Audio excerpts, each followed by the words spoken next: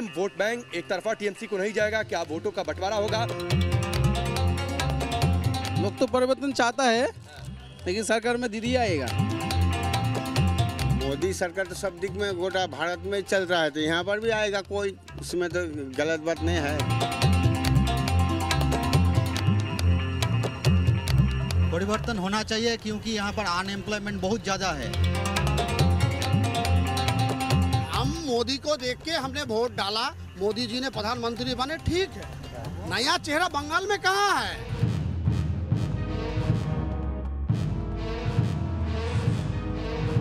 डाली में दो ही फूल है, बीजेपी और तृणमूल है। हर तरफ से महिला के ऊपर अत्याचार हो रहा है। हम यही चाहते हैं कि बंगाल की परिवर्तन हो। टीएमसी को कोई नहीं पसंद करता है। हुआ है तो चाकरी नौकरी नहीं है। वोट लेने के लिए भड़काता है आदमी को। जो योजनाएं वो भेज रहे हैं, राज्य सरकार उन्हें लागू नहीं कर दे रही।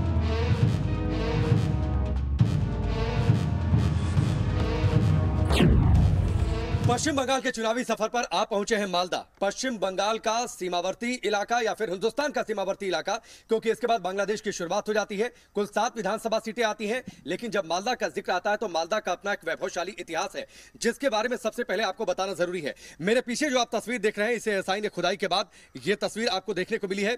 ये जो खंडहर नुमा इमारत आपको देखने को मिल रही है, दरअसल ये गौड़ वंश के इतिहास को बताती है। सबसे पहले यहाँ पर शशांक नामक राजा ने गौड़ वंश की स्थापना की थी। 3 अलग अलग वंशों का आधिपत्य रहा है। अलग अलग समय में कुल 34 राजाओं ने यहां पर शासन किया। 3 अलग अलग वंशों का आधिपत्य, मुगल शासक भी यहां पर आए, अंग्रेज भी यहां पर आए। ये नायाब उदाहरण है, शायद हिंदुस्तान में ऐसा उदाहरण आपको कम देखने को मिले कि एक जगह पर 34 राजा, 3 वंशों का आधिपत्य रहा हो। कालांतर में यहां की राजधानी कभी पांडवा या फिर गौड़ में शिफ्ट होती रही है। इसके बाद राजधानी मुर्शिदाबाद शिफ्ट हो गई। मुर्शिदाबाद में जब अंग्रेज आए तो उन्होंने वहां की राजधानी को शिफ्ट कर दिया कोलकाता। इस इतिहास की बातचीत, यहाँ पर बाराद्वारी एक मस्जिद है, लुका चोरी एक दरवाजा है, वो भी तस्वीर हम आपको दिखाएंगे, जहां पर तब के सुल्तान पहुंचा करते थे लुका छिपी खेलने के लिए, जिसे आइस पाइस गेम आप कहते हैं, बच्चे खेलते हैं उस गेम को। तो वैभवशाली इतिहास दिखाएंगे, मालदा का परिचय आपसे, और उसके साथ ही यहाँ का चुनावी मूड क्या है, लोगों की सोच क्या है आने वाले चुनाव को लेकर, इसकी भी चर्चा।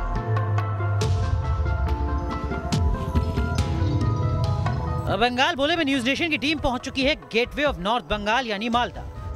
क्या मालदा में भी परिवर्तन की बयार है या फिर वोटर ममता दीदी के साथ हैं? इन सवालों पर यहाँ की जनता का मूड आपको दिखाएंगे, लेकिन पहले आप मालदा का गौरवशाली इतिहास जान लीजिए। मालदा की पहचान आम के साथ साथ गौड़ शासन काल से भी है, और यही वजह है कि news nation reporter Rakesh Pandey सबसे पहले पहुंचे उस जगह जहां से गौड़ शासकों की महल की सुरक्षा होती थी।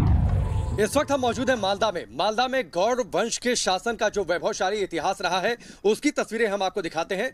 मुख्य महल की कुछ खंडहर नुमा इमारतों को हमने आपको दिखाया, जिसका बेस बचा है, और जो इस वक्त आप तस्वीर देख पा रहे हैं, ये दरअसल बाउंड्री वॉल हुआ करती थी, यानी वो घेरा जो महल के चारों इर्द गिर्द रहता था। ये दीवारें कितनी मोटी हैं, इसका अंदाजा आप लगा सकते हैं। और इन दीवारों के ऊपर से जिन पहरेदारों की ड्यूटी इस बात की होती थी कि वो लगातार चौकीदारी करें, ऊपर घुड़सवार रहते थे, और सबसे ऊपर घुड़सवार लगातार दौड़ते रहते थे ताकि इस राज्य की शासन और सुरक्षा व्यवस्था को पुख्ता किया जा सके। गौतम जी हमारे साथ मौजूद है, जो कि यहाँ के लोकल रेजिडेंट हैं, वो जरा बताएंगे इस चीज का इतिहास। आप जिक्र कर रहे थे कि ये जो जगह बनी हुई है, यहाँ पर दिया जला करता था, रोशनी हुआ करती थी। हाँ, शाम के समय ये सब में दिया जलता था, और ये जो ऊपर अब गड्ढा देख रहे हैं, ये सब में मसाल जलता था। इसका वजह से चारों तरफ अंधेरा नहीं रहता था, आला हो जाता था, तो यही इसका महत्व है। और ऊपर से घोड़ा दौड़ता था, सब तरफ पहरा देता था। ठीक है। अच्छा, ये जो महल का निचला हिस्सा था, जिसे हम लोग नींव कहते हैं, ऊपर का तो सब कुछ टूट चुका है। अब मैं चाहूंगा थोड़ा सा दिखाएं, मुकेश आप तस्वीर को दिखाएं। ये जो है, ये है आपका नीचे का फाउंडेशन है, जिसको हम लोग नींव बोलते हैं। हाँ, यही है, और ऊपर का सब कुछ चला गया है, अभी मतलब खत्म हो गया है। हाँ, खत्म हो गया है। ये एक चीज और, इतना अब जाकर ये खुदाई हो रही है, इन चीजों को निकाला जा रहा है। पहले तो बड़ी उपेक्षा हुई है इस जगह की, इतना पर्यटन यहाँ पर बहुत डेवलप कर सकता था, टूरिज्म।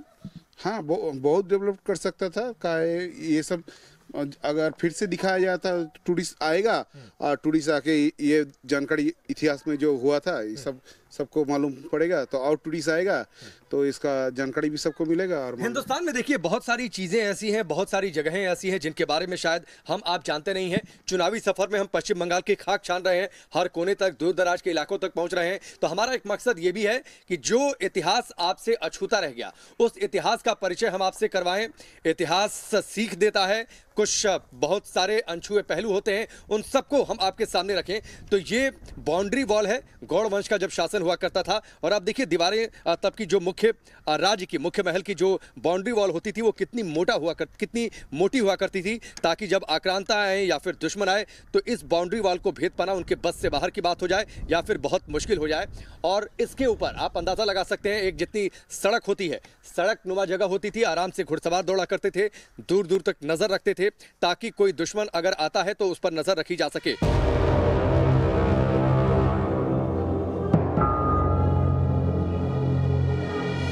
गौड़ शासकों के महलों के इन अवशेषों के बाद न्यूज नेशन रिपोर्टर मालदा के इतिहास को समझने के लिए लुका-छुपी गेटवे पहुंचे। 1655 में बने इस विशाल दरवाजे को तत्कालीन सुल्तान ने लुका-छिपी का खेल खेलने के लिए तैयार करवाया था। इस वक्त हम मौजूद हैं मालदा में। मालदा का जो वैभवशाली इतिहास गौड़ शासन काल के दौरान का, उसकी एक तस्वीर हम आपको लगातार दिखा रहे हैं। ये लुका चोरी दरवाजा है। सन 1504 में सुल्तान नसीरुद्दीन शाह ने इस दरवाजे को बनवाया था। 48 फीट इसकी ऊंचाई है करीब, और 13 फीट करीब ये चौड़ा है। कई सारी जगहें इस पर घरनुमा आकृति आपको दिखाई दे रही है। इसके आसपास बागान भी आपको दिखाई दे रहा है। दरअसल तब सुल्तान अपने प्रियजनों के साथ, अपने दोस्त मित्रों के साथ यहाँ पर लुका छिपी खेला करते थे, यानी आइस पाइस खेला करते थे। मालदा शहर की ओर आगे बढ़ती हमारी नजर 1526 में बने इस 12 द्वारी मस्जिद पर भी पड़ी। मस्जिद के नाम की वजह से हमारी उत्सुकता भी बढ़ी और पहुंच गए इस 12 द्वारी मस्जिद में। गौड़ के वैभवशाली इतिहास को हम आपको दिखा रहे हैं। एक और तस्वीर, जब आप मुर्शिदाबाद जाएंगे तो वहां पर हजारद्वारी पैलेस मिलेगा, क्योंकि हजार दरवाजे। 12 द्वारी मस्जिद गौड़ के एक वैभवशाली इतिहास की तस्वीर बयां करती है। सुल्तान नुसरत शाह ने इस मस्जिद का निर्माण करवाया था, जिसमें 11 खुला करते थे। एक कॉरिडोर खास तौर पर महिलाओं के लिए था। मैं आपको जरा दिखाता हूं 12 द्वारी मस्जिद, जिसमें खास ध्यान महिलाओं का भी रखा गया था। एक कॉरिडोर खास तौर पर उनके लिए रहा करता था। ये मुख्य दरवाजा इस 12 द्वारी मस्जिद का। 11 दरवाजे यहाँ पर और एक ये 12वां दरवाजा। ये अपने आप में एक खासियत है मालदा की। मालदा में गौड़ वंश के शासनकाल का एक पुराना इतिहास रहा है। अगर सरकार इस पर ध्यान दे आने वाले समय में तो बहुत सारी पर्यटन की संभावनाएं यहाँ पर हैं। इसके साथ ही यहाँ पर रोजगार के कई सारे मौके भी निकलकर सामने आ सकते हैं। तो ये एक और तस्वीर गौड़ के वैभवशाली शासन की, उसके इतिहास की।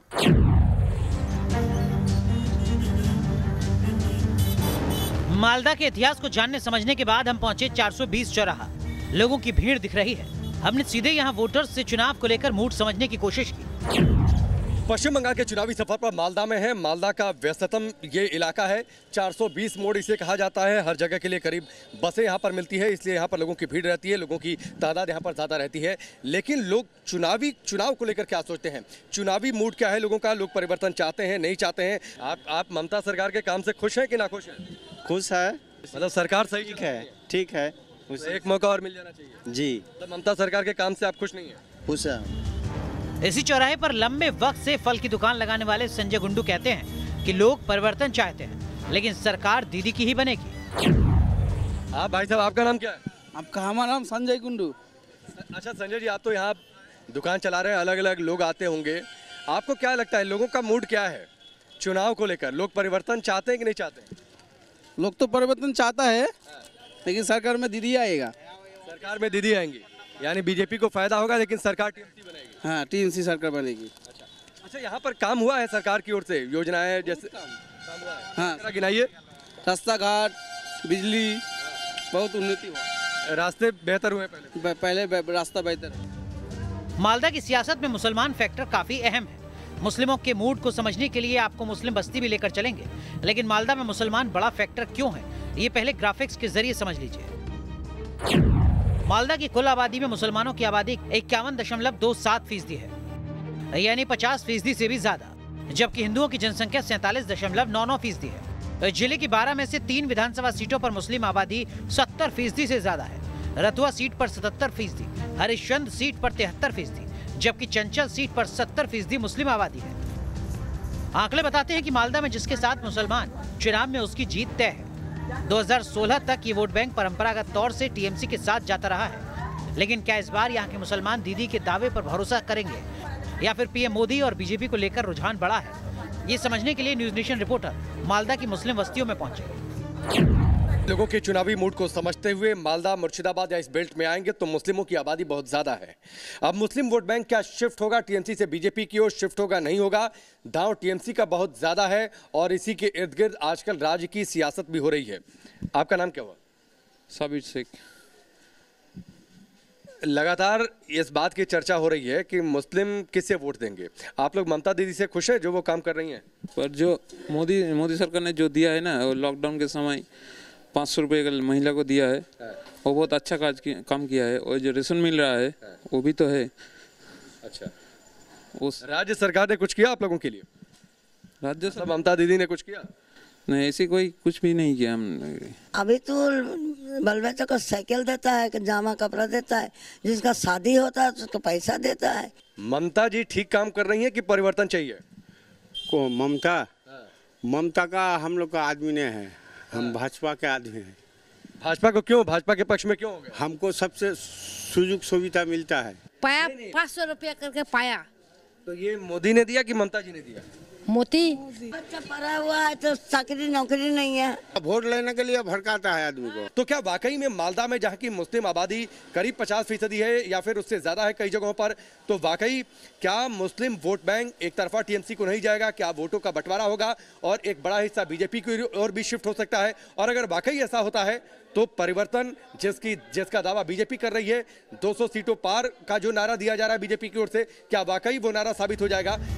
मुस्लिम बस्तियों में लोगों से बातचीत के बाद ये तो समझ में आ गया कि इस बार मालदा के मुसलमान ममता सरकार से नाराज हैं। लेकिन जिस बंगाल में नारी को शक्ति के रूप में पूजा जाता है, जहां पिछले 10 साल से एक महिला मुख्यमंत्री हैं, वहां की महिलाएं क्या ममता सरकार के कामकाज से खुश हैं? पश्चिम बंगाल के चुनावी सफर पर मालदा में है। मालदा की गलियों में हम घूम रहे हैं और लोगों से ये बातचीत करके जानने की कोशिश कि आखिरकार वोटर्स का मिजाज क्या है। राज्य में सीएम खुद एक महिला है, ऐसे में महिलाओं को लेकर उनकी सोच क्या है? महिलाएं खुद को सुरक्षित महसूस करती हैं या नहीं, ये हम जानने की कोशिश करेंगे। राज्य में मुख्यमंत्री खुद एक महिला है, तो ऐसे में क्या महिलाएं राज्य में खुद को सुरक्षित महसूस करती हैं? बिल्कुल नहीं। हम लोग 10 साल पहले एक महिला मुख्यमंत्री चुने थे कि उससे पहले 34 साल हम लोग सीपीएम राजत्व में हम थे। उस टाइम बहुत ज़्यादा हमारे जो पब्लिक है, वेस्ट बंगाल का पब्लिक, उसके ऊपर बहुत टॉर्चर हुआ। तो हम लोग सोचे थे, पश्चिम बंगाल की ज़्यादातर महिलाएं सोचे थे जो एक महिला मुख्यमंत्री होंगे तो सबसे पहले वो महिला के बाड़ी में सोचेंगे, महिला के लिए काम करेंगे। लेकिन जब वास्तव में हम लोग देखे हैं पिछले 10 साल से, तो महिला सबसे ज़्यादा वंचित है, महिला सबसे ज़्यादा यहाँ पे सुरक्षित नहीं है। हम देख रहे हैं हर तरफ से महिला के ऊपर अत्याचार हो रहा है। आप लोग जब देखेंगे हर दिन हर टाइम महिला हमारे बंगाल पे धर्षण हो रहा है। नया बंगाल की नया चेहरा देखेंगे। हम यही चाहते हैं कि बंगाल की परिवर्तन हो। नहीं, इस बार नहीं मिलेगा, इस बार बीजेपी एकदम। आप भी परिवर्तन चाहती हैं? हाँ, जरूर चाहते हैं। बंगाल में जय श्री राम कोई नहीं बोल सकते हैं। अगर कोई बोले तो उसको अरेस्ट कर रहे हैं, उसके ऊपर केस हो रहा है। लेकिन जय श्री राम हमारा तो धर्म का एक राम जी को हम लोग पूजते हैं। तो बंगाल की जो महिला है जो राम को पूजते हैं, अगर उसके नारा देने से किसी के ऊपर अत्याचार होते हैं, उसको केस देते हैं, तो फिर इसके ऊपर तो महिला सोचेंगे, जरूर सोचेंगे। ठीक है। राज्य में कुल वोटर्स है करीब 7.18 करोड़ के आसपास, यानी 7.2 करोड़ के आसपास जो है महिलाओं की तादाद है। कुल वोटर्स की तादाद है जिसमें करीब 3.25 करोड़ महिलाएं हैं। यानी एक बड़ा फैक्टर जो बिहार में हमने देखा था कि नीतीश कुमार को अगर दोबारा सत्ता मिली तो ये जरूर एनालिसिस में ये कहा जा रहा था कि महिलाएं कितना वोट करती हैं, किस पक्ष में वोट करती हैं, क्या उनका वोटिंग परसेंटेज एकजुट रहेगा नीतीश के फेवर में, ये काफी हद तक तय करेगा कि उन्हें सत्ता मिलती है या फिर नहीं मिलती है।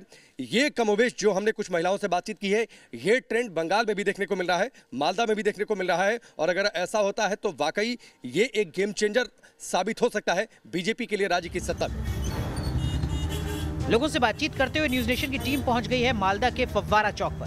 लोगों को लेकर जनता का मूड क्या है, ये समझने की कोशिश की। मुख्य मालदा शहर में इस वक्त मौजूद है और मालदा शहर के बीचों बीच का चौराहा व्यस्ततम पूरा बाजार है। इधर पोस्ट ऑफिस है और ये फुहार चौराहा बोला जाता है, यानी फाउंटेन मोड़ बोला जाता है। मालदा का अपना एक इतिहास रहा है, भव्य वैभवशाली शासन का इतिहास रहा है, जहां पर करीब 34 राजाओं ने शासन किया। लेकिन मौजूदा दौर में मालदा की चर्चा हो रही है तो दरअसल चुनाव के लिए चर्चा हो रही है।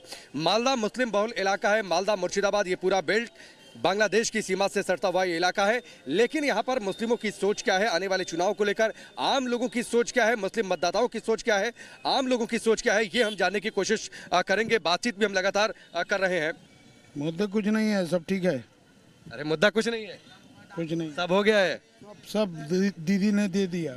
यहाँ पर तो डेवलपमेंट रुके हुए है बहुत दिन से, और यहाँ पर जो म्यूनिसिपैलिटी का करप्शन है वो दिखाई दे रहा है। ममता सरकार जो यहाँ पर सेकुलरिज्म का झंडा गाड़ के बैठा है और जो 10 साल से काम कर रहा है, इसलिए हम कुछ लोग खुश हैं। 12-13 साल पहले बोले थे कि ओड़ा एक बिनते दुटी फूल बीजेपी और तृणमूल। अच्छा, जरा हिंदी में बताइए इसको। वो लोग एक ही माने क्या बोलो, डाली के चट्टे बट्टे की डाली में 2 ही फूल है, बीजेपी और तृणमूल है। रिपीटेड सेल्फ ये तो होना ही था। ठीक है, चलिए ये देखिए लोगों का मूड है, लोग जो मिल रहे हैं कुछ खुलकर बातचीत कर रहे हैं, कुछ बोलना नहीं चाहते। ये भी कहना है कि बंगाल में बहुत अधिक वोटर्स ऐसे हैं जो कि साइलेंट वोटर्स हैं, वो खुलकर बोलते नहीं हैं, चुपचाप वोट डालकर चले आते हैं। तो साइलेंट वोटर्स क्या कोई अलग परिवर्तन की बातचीत कर देंगे आने वाले चुनावों में, ये देखना दिलचस्प रहेगा। लेकिन फिलहाल ये व्यस्तता इलाका, जिधर आप देखिए चारों ओर बाजार है। आमतौर पर बंगाल में ऐसी जगहें आपको कम देखने को मिलेंगी, कितना मार्केट, इतनी भीड़, इतनी चहल पहल। मालदा बड़ा शहर है, विधानसभा सीटें कई यहाँ पर हैं, लेकिन ये मार्केट की तस्वीर है। मुख्य मालदा शहर है और थोड़ा बहुत बेहतर शहर, साफ सुथरा शहर। लोगों की शिकायत ये रही है कि पहले साफ सफाई बहुत ज़्यादा शहरों में नहीं हुआ करती थी, लेकिन बंगाली वोटर्स का वाकई बहुत जगहों पर लोग खुलकर बोल नहीं रहे, साइलेंट वोटर्स हैं, ये तो बात तय है। अब साइलेंट वोटर्स किस ओर वोट करेंगे, ये चुनाव जिस दिन वोटिंग होगी उस दिन तस्वीर साफ होगी और असल तस्वीर, असल पिक्चर आ जाएगी मतगणना वाले दिन, या जब भी चुनावों की घोषणा होती है, जिस दिन रिजल्ट का दिन घोषित किया जाता है, उस दिन बातचीत साफ होगी, तस्वीर साफ होगी, परिवर्तन होता है या फिर परिवर्तन नहीं होता है। कैमरामैन मुकेश के साथ राकेश पांडे, न्यूज़ नेशन, मालदा।